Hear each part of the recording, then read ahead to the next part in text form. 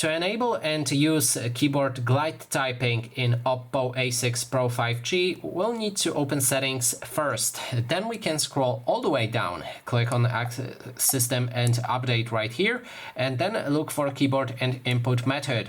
Go to Manage Keyboards and select the Gboard. Now finally, right here we can find glide typing. Make sure that it's enabled specifically with all of the options. And to use it, you need to open your keyboard. In this case, let's go for a search in the app drawer. Now we can click on the starting letter for the word that we want to type in using glide typing. So for example, I'm gonna go for dog, which is a very simple word. And let's go with that. We need to click and hold the starting letter, then start moving to the rest of the letters in that word. Let go, and as you can see, we just wrote a word that we wanted, and that's how you can use it. That is basically everything. Thanks so much for watching.